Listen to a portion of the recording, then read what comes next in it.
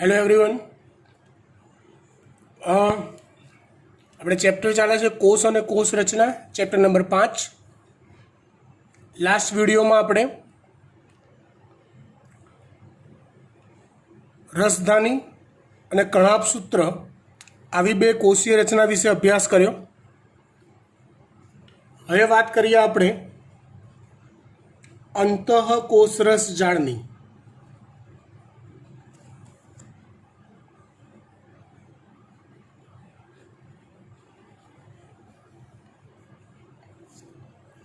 અંતઃકોષરસ જાળ, જેને અંગ્રેજીમાં શોર્ટમાં ER કહેવાય. શું કહેવાય? ER. ERનું આખું નામ થાય એન્ડોપ્લાઝમિક રેટિક્યુલમ. ફરીવાર, એન્ડોપ્લાઝમિક રેટિક્યુલમ એટલે અંતઃકોષરસ જાળ.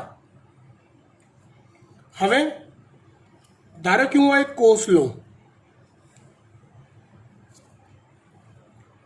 કોષમાં વચ્ચે કોષ કેન્દ્ર હોય તો આ જે અંતઃકોષરસ જાળ છે ને, એ કાં તો કોષ કેન્દ્ર પટલ સાથે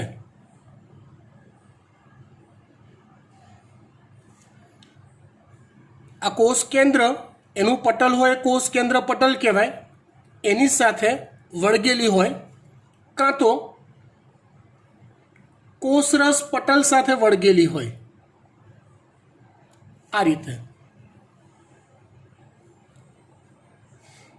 અંતઃકોષરસ જાળ.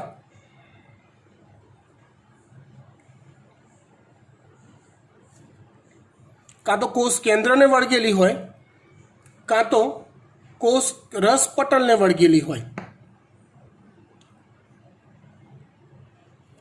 એની રચનામાં અનેક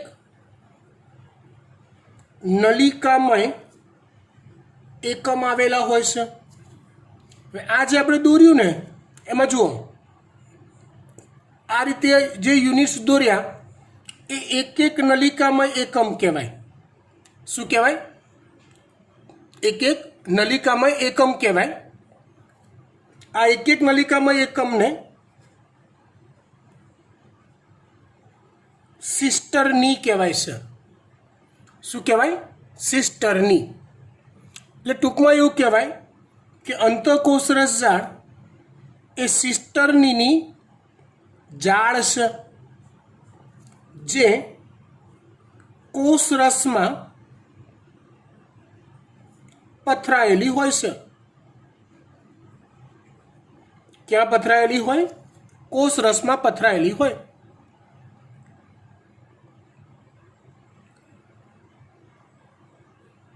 આ અંતઃકોષરસ જાળ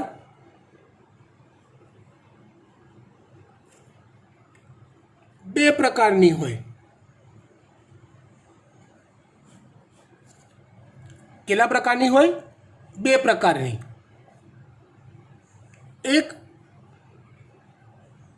કણિકામય અંતઃકોષરસ જાળ, કણિકામય અંતઃકોષરસ જાળ ER, અને બે કણિકાવિહીન અથવા એને કહેવાય લીસ્સી અંતઃકોષરસ જાળ.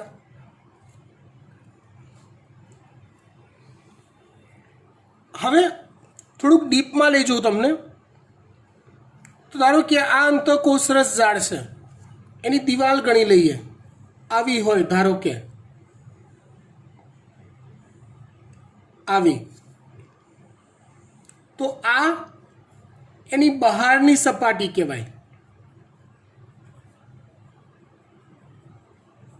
અને આ જે વિસ્તાર છે એની અંદરનું પોલાણ કહેવાય. એટલે આ બાહ્ય વિસ્તાર સપાટી અને આ અંતર્ગત પોલાણ, આ અંતર્ગત પોલાણ, આ બાહ્ય સપાટી, આવા બે ભાગમાં અંતઃકોષરસ જાળને વહેંચી શકાય. કણિકામય અંતઃકોષરસ જાળમાં જે આ બહારની સપાટી હોય ને, એ સપાટી પર રિબોઝોમ નામની અંગિકા ચોંટેલી હોય છે. ક્યાં? કણિકામાં અંતઃકોષરસ જાળમાં બહારની સપાટી પર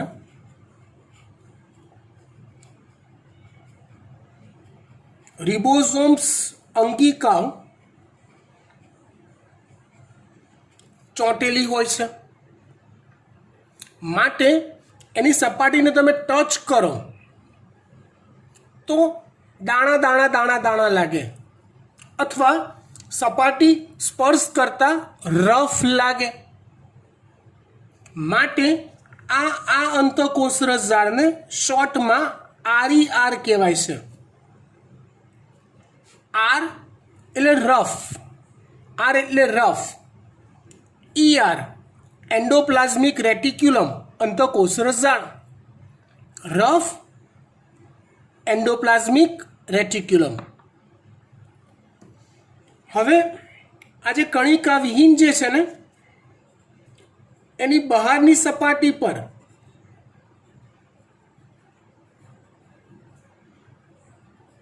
રિબોઝોમ અંગિકાનો અભાવ હોય છે. માટે એવી અંતઃકોષરસની સપાટીને તમે ટચ કરો તો સ્મૂધ લાગે અથવા લીસી લાગે ને, માટે એને SER કહેવાય છે, સ્મૂધ એન્ડોપ્લાઝમિક રેટિક્યુલમ, SER. જો હજી આપણે રિબોઝોમ અંગિકા ભણ્યા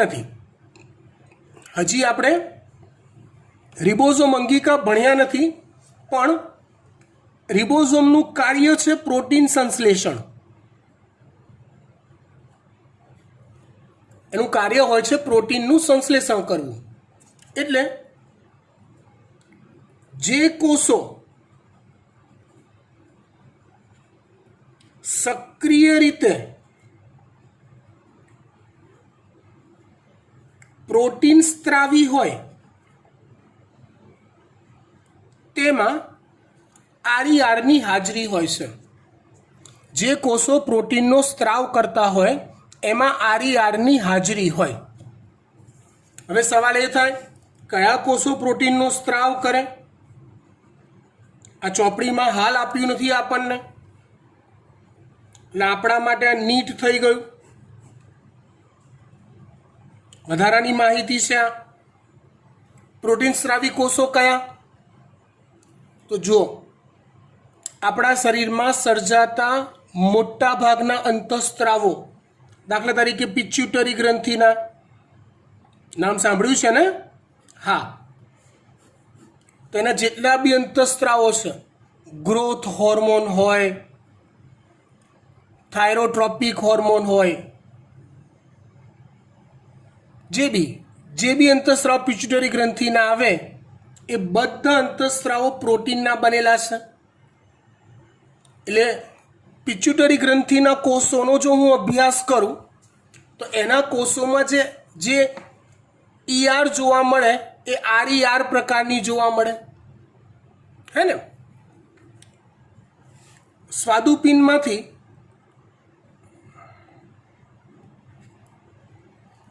એક વિશિષ્ટ કોષો છે આલ્ફા અને બીટા કોષો.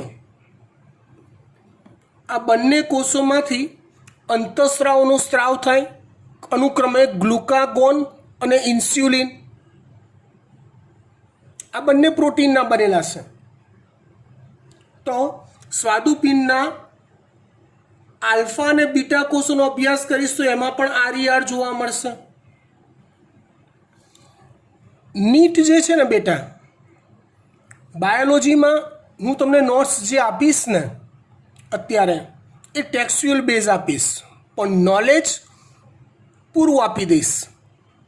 જો તમને નીટમાં શું પૂછાઈ શકે તો કે આપણા ટોટલ અભ્યાસક્રમમાં આગળ ક્યાંક ભણવાનું આવશે એવું કે ભાઈ અંતઃસ્ત્રાવો પૈકી કયા કયા અંતઃસ્ત્રાવ પ્રોટીનના બનેલા છે. તો એ અંતઃસ્ત્રાવનો સ્ત્રાવ કરતા જે કોષો હોય એમાં RER હોય. સમજી ગયા વાત? આ વાત મગજમાં ચોંટાડી દેજો. ગુડ.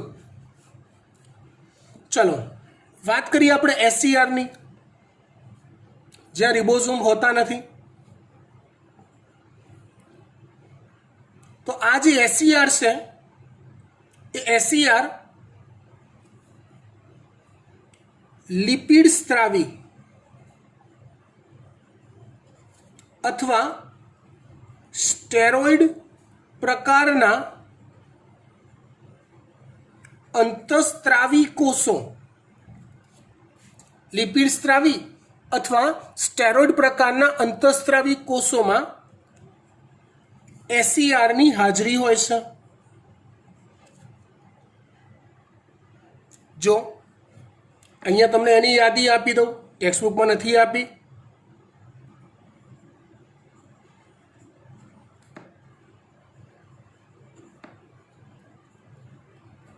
કયા કોષો સ્ટેરોઇડ સ્ત્રાવી છે ભાઈ?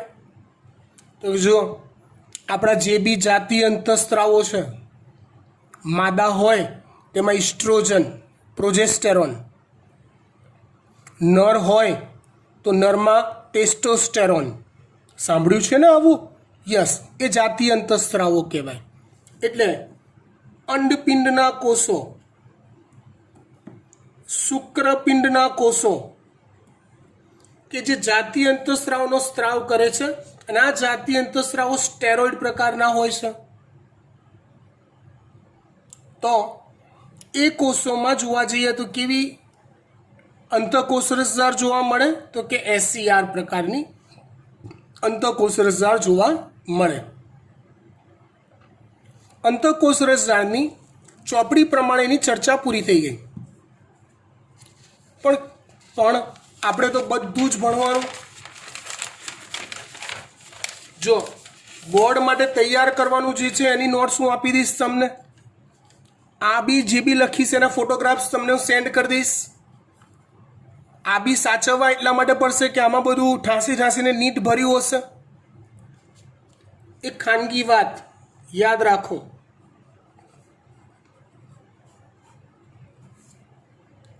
સવાલ એ થાય કે સાહેબ હમણાં તમે એવું શીખવાડ્યું અમને કે પ્રોટીન સ્ત્રાવી કોષોમાં RER હોય, લિપિડ સ્ત્રાવી કોષોમાં SCR હોય. તો સાહેબ આ બંનેમાંથી એકેનો સ્ત્રાવ ના કરતા હોય એ કોષોમાં કઈ હોય? તો કે બંને થોડી થોડી હોય. તો કે એનું કામ શું? તો ચોપડીમાં અંતઃકોષ રસજાળનું મૂળભૂત કામ તો આપ્યું જ નથી. તમને સમજાવું એ શું કરે છે. તો કે કોષ માટે ના જરૂરી દ્રવ્યોનું સંશ્લેષણ કરે છે. ફરી એકવાર હું હમણાં આગળ દોરી આકૃતિ રિપીટ દોરું. આ કોષ છે, કોષ કેન્દ્ર છે. ધારો કે અહીંયા અંતઃકોષ રસજાળ છે. અરે તો કોષ પોતાની જરૂરિયાત જે છે એ ક્યાંથી સંતોષે? તો કે બહારથી એને જરૂરિયાતના ઘટકો અંદર પ્રવેશતા હોય.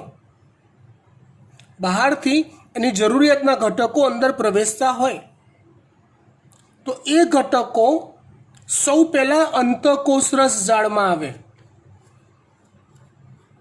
બહારથી કોષમાં પ્રવેશતા ઘટકો સૌપ્રથમ અંતઃકોષ રસજાળમાં પ્રવેશે. અંતઃકોષ રસજાળ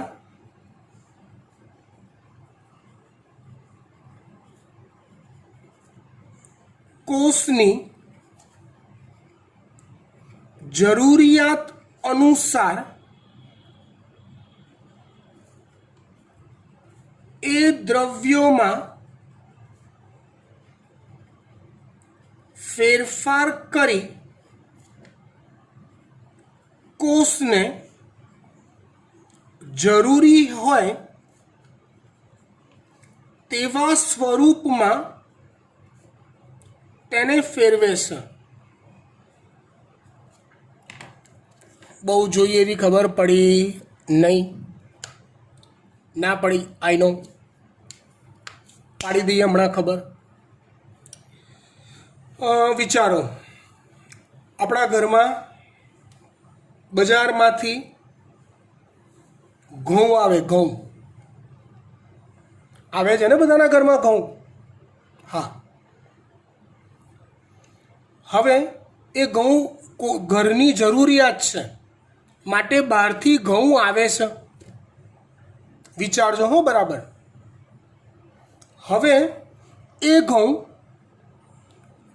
જરૂર પડે ત્યારે એ જ ઘઉંમાંથી રોટલી બને, જરૂર પડે ત્યારે એ જ ઘઉંમાંથી શીરો પણ બને, ભાખરી બને, અલગ ટાઈપનો લોટ હોય, ચૂરમાના લાડુ એ બી ઘઉંના લોટમાંથી જ બને. આવી ઘણી આઈટમ બને. તમારી જરૂરિયાત ઘઉં છે, હા, પણ તમે કાચા ફાંકો છો ના. ઘઉં તમને મળે છે પછી તમે તમારી જરૂરિયાત અનુસાર એના સ્વરૂપમાં ફેરફાર કરી પછી વાપરો છો. સેમ વે કોષમાં એ કામ અંતઃકોષરસ જાળ કરે છે. કોષમાં પ્રવેશતું જે દ્રવ્ય છે ને એ દ્રવ્યનું સ્વરૂપ કંઈક અલગ હોય અને કોષની એની પોતાની જરૂરિયાત કંઈક અલગ હોય. અંતઃકોષ રસજાળ વચ્ચે મીડિયેટર તરીકે કામ કરે અને એ દ્રવ્યોનું યોગ્ય સ્વરૂપમાં સંશ્લેષણ કરવાનું કામ કરે. એટલે સાદી ભાષામાં એવું કહેવાય, કોષ માટેના દરેકે દરેક દ્રવ્યોનું સંશ્લેષણ અંતઃકોષરસ જાળ કરે છે. બહારથી એ દ્રવ્યો જેવા આવે સીધા અંતઃકોષરસ જાળમાં ઘૂસી જવાનું, અંતઃકોષરસ જાળ એનું બાયફર્કેશન કરે, એની જરૂરિયાત પ્રમાણે જે બી ફેરફારો કરવા જેવા લાગતા બધા ફેરફાર કરે, કોષને જે સ્વરૂપમાં એની જરૂરિયાત હોય એ સ્વરૂપમાં ફેરવી દે. કોની વાત કરીએ આપણે? આ અંતઃકોષરસ જાળની. ક્લિયર? આવડે? ફાઇન. ત્યાર પછી વાત કરીએ હવે આપણે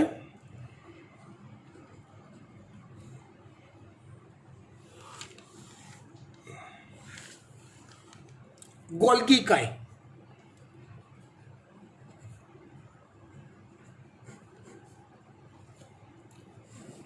ગોલ્ગી કાય ની શોધ કેમિલો ગોલ્ગી નામના વૈજ્ઞાનિકે કરી હતી.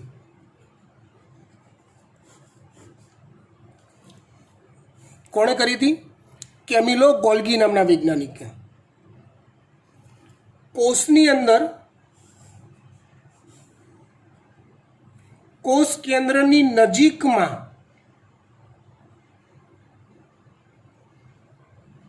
એણે ગોલ્ગી કાય જોઈ હતી. ઘટ્ટ અભિરંજિત અંગિકા ગોલ્ગી કાય. કેવી અંગિકા? ઘટ્ટ અભિરંજિત અંગિકા. અભિરંજિત એટલે શું? તો તમે માઇક્રોસ્કોપમાં કોઈ વસ્તુને જોવા માટે અંદર તમે કેટલાક સ્ટેનિંગ મટીરિયલ નાખો, તો એ સ્ટેનિંગ મટીરિયલ નાખ્યા પછી જે ચોક્કસ રંગ પકડાય, જે અંગિકાને જે રંગ પકડાય એ અંગિકા અભિરંજિત થઈ એમ કહેવાય.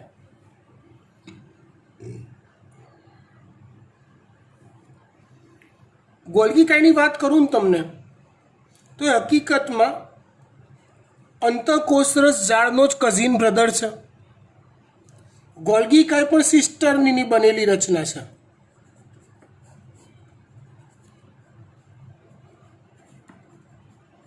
જો યાર, તમે અહીંયા જુઓ, એની દરેક નલિકા મેં રચનાને સિસ્ટરની કીધું હતું, એટલે અહીંયા બી રચના તો નલિકામય જ છે, પણ અહીંયા એ સિસ્ટર્નીની થપ્પીઓ જોવા મળે છે. ઇમેજ કરો, ઇમેજ વિચારો. અંતઃકોષરસ ઝાડમાં કેવું હોય?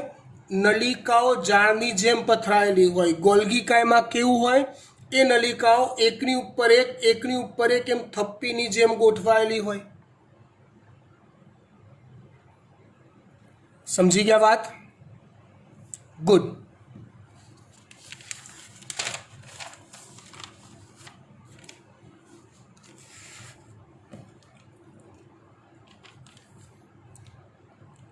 ગોલ્ગી કાયની રચનાઓ ફરી વાર દોરું છું, થોડીક મોટી.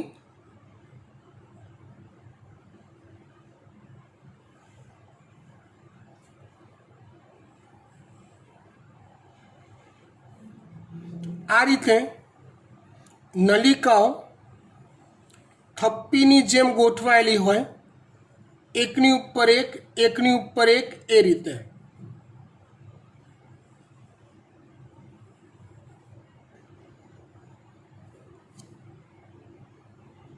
આ બધી નલિકા કહેવાય અલગ અલગ, પણ હોય છે એકબીજા સાથે કનેક્ટેડ.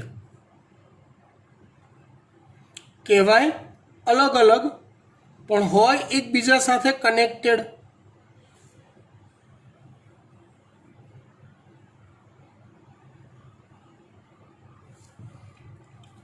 ગોલ્ગી કાયની આ નલિકાઓના બે વિસ્તાર છે.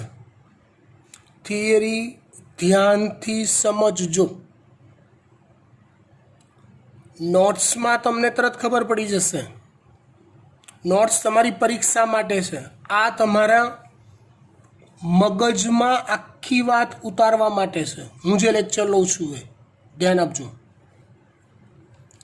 એના બે ભાગ છે.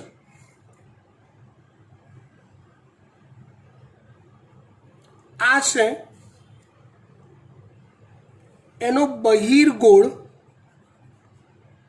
શીશ વિસ્તાર. આ છે ગોલ્ગી કાયનો અંતર્ગોળ ટ્રાન્સ વિસ્તાર. બહુ જ અગત્યતા છે આ બે વિસ્તારની. થોડીક વારમાં હું સમજાવું છું. એક ભાગ છે બહિર્ગોળ શીશ વિસ્તાર, બીજો ભાગ છે અંતર્ગોળ ટ્રાન્સ વિસ્તાર. એક ખાનગી વાત કહી દઉં. આ જે ગોલ્ગી કાય છે ને, એ અંતઃકોષરસ ઝાડનો આસિસ્ટન્ટ છે. શું છે? અંતઃકોષરસ ઝાડનો આસિસ્ટન્ટ છે.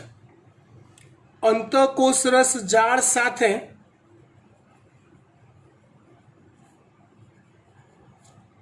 વળગેલો હોય છે. ગોલ્ગી કાય અંતઃકોષરસ ઝાડને વળગેલી હોય છે.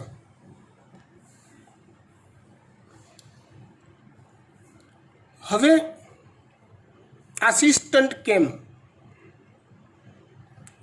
તો આ જે બહિર્ગોળ શીશ ભાગ છે ને, અંતઃકોષરસ ઝાડ દ્વારા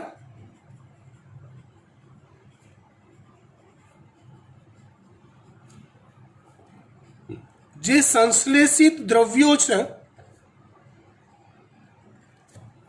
હમણાં આગળ જ વાત કરીને, અંતઃકોષરસ ઝાડ એ વિવિધ દ્રવ્યોનું સંશ્લેષણ કરવાનું કાર્ય કરે છે. તો અંતઃકોષરસ ઝાડ દ્વારા જે સંશ્લેષિત દ્રવ્યો છે, એ દ્રવ્યો એ શીશ ભાગ દ્વારા ગોલ્ગી કાયમાં પ્રવેશે. આ ભાગ દ્વારા પછી એના પર પ્રોસેસ થાય અને ખસતા ખસતા ખસતા ખસતા ખસતા એ દ્રવ્યો ટ્રાન્સ ભાગ દ્વારા પુટિકા સ્વરૂપે આ ભાગનું આગળ ઇમેજિનેશન કરો તો છેલ્લે છૂટી પડીને આવી કોથળી તરીકે અહીંથી બહાર નીકળી જાય, આમ આવી પુટિકા સ્વરૂપે કોષરસમાં મુક્ત થાય છે। ધ્યાનથી સમજો, અંતઃકોષરસ જાળ બહારથી કોષમાં જે દ્રવ્યો પ્રવેશ્યા એ મેળવ્યા પછી એને કોષની જરૂરિયાત અનુસારના સ્વરૂપમાં એને કન્વર્ટ કરે, જેને દ્રવ્યોનું સંશ્લેષણ કર્યું કહેવાય। ખરેખર એ દ્રવ્યોની જરૂરિયાત કોણે છે તો કે કોષને, મતલબ કે કોષ રસને છે। તો અંતઃકોષરસ જાળ પોતે કોષરસમાં નથી મુક્ત કરતો એ દ્રવ્યોને, એ પોતે તૈયાર કરેલા દ્રવ્યોને ગોલ્ગી કાયને આપી દે છે, બનાવીને આપી દે છે, રાખ તારી પાસે। ગોલ્ગી કાય શું કરે, એ દ્રવ્યોને, સમજો, મસ્ત વાત કહું છું, પરફેક્ટ ધ્યાન આપવા જેવી વાત છે, કોષની જરૂરિયાત અનુસારના ક્રમમાં પુટિકા સ્વરૂપે દ્રવ્યોને કોષરસમાં મુક્ત કરે છે।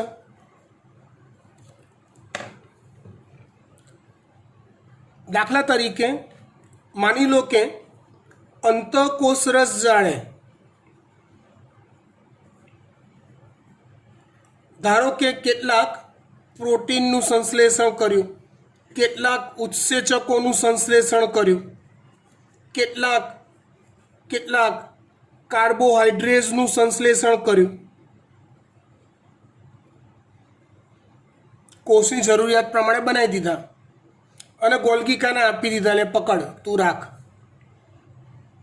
ગોલ્ગીકાએ કોષને જેમ જેમ જે દ્રવ્યોની જરૂર પડે ને એ મુજબ જે પ્રમાણે અંતઃકોષરસ જાળે બનાવીને આપ્યા એને એ પ્રમાણે નહીં, એ બધા સાચવશે। કોષને જેમ જેમ જરૂર પડે છે તેમ તેમ કોષમાં પુટિકા સ્વરૂપે દ્રવ્યો મુક્ત કરશે। કોણ? ગોલ્ગીકાય।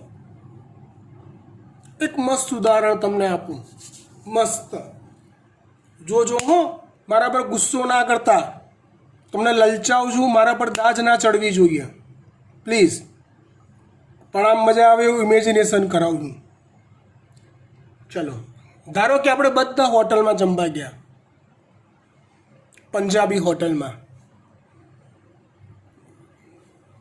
જો આને પોઝિટિવ લેજો, હું તમને ઇમેજિનેશન કરાવડાવું છું તો આમ જીભ પર આમ લાળ ટપકે તે પોઝિટિવિટી લેજો, મારા પર ગુસ્સો ના કરતા, ઓકે। આપણે બધા હોટલમાં જમવા ગયા, બેઠા, મેનુ કાર્ડ જોયું, અલગ અલગ વસ્તુઓ ખાવાની મંગાવી, આપણે ઓર્ડર આપી દીધો, પંજાબી ખાવા ગયા, આપણે ઓર્ડર લખાવી દીધો, તો તમે જે ક્રમમાં ઓર્ડર આપ્યો હોય પહેલું શું આવશે તો કે સાહેબ પાપડ અને સૂપ આવશે, પછી તો કે સ્ટાર્ટર આવશે સાહેબ, પછી રોટી સબ્જી આવશે સાહેબ, પછી દાળ રાઈસ આવશે, પછી ડેઝર્ટ આવશે સાહેબ। આ સિક્વન્સ હોય છે, હે ને? વેટર સરસ મજાના બાઉલમાં મસ્ત બધી ગોઠવણ કરી એટ્રેક્ટિવ બનાવીને તમારી આગળ રજૂ કરે છે। તમે કિચનમાં જોવા ગયા છો કે કઈ વસ્તુ પહેલાં બની છે ને કઈ વસ્તુ પછી બની છે?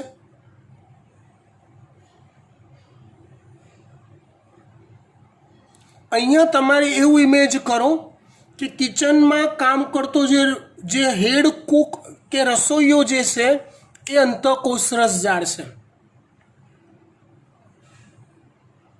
અને જે વેટર તમારી જરૂરિયાત અનુસાર વસ્તુ પીરસીને તમને આપે છે એ ગોલ્ગી કાય છે. પરફેક્ટ ખબર પડી ગઈ હે ને. ડન. 2 થિયરી રાખી આજે, અંતઃકોષ રસઝાડ, ગોલ્ગી કાય. Thank you.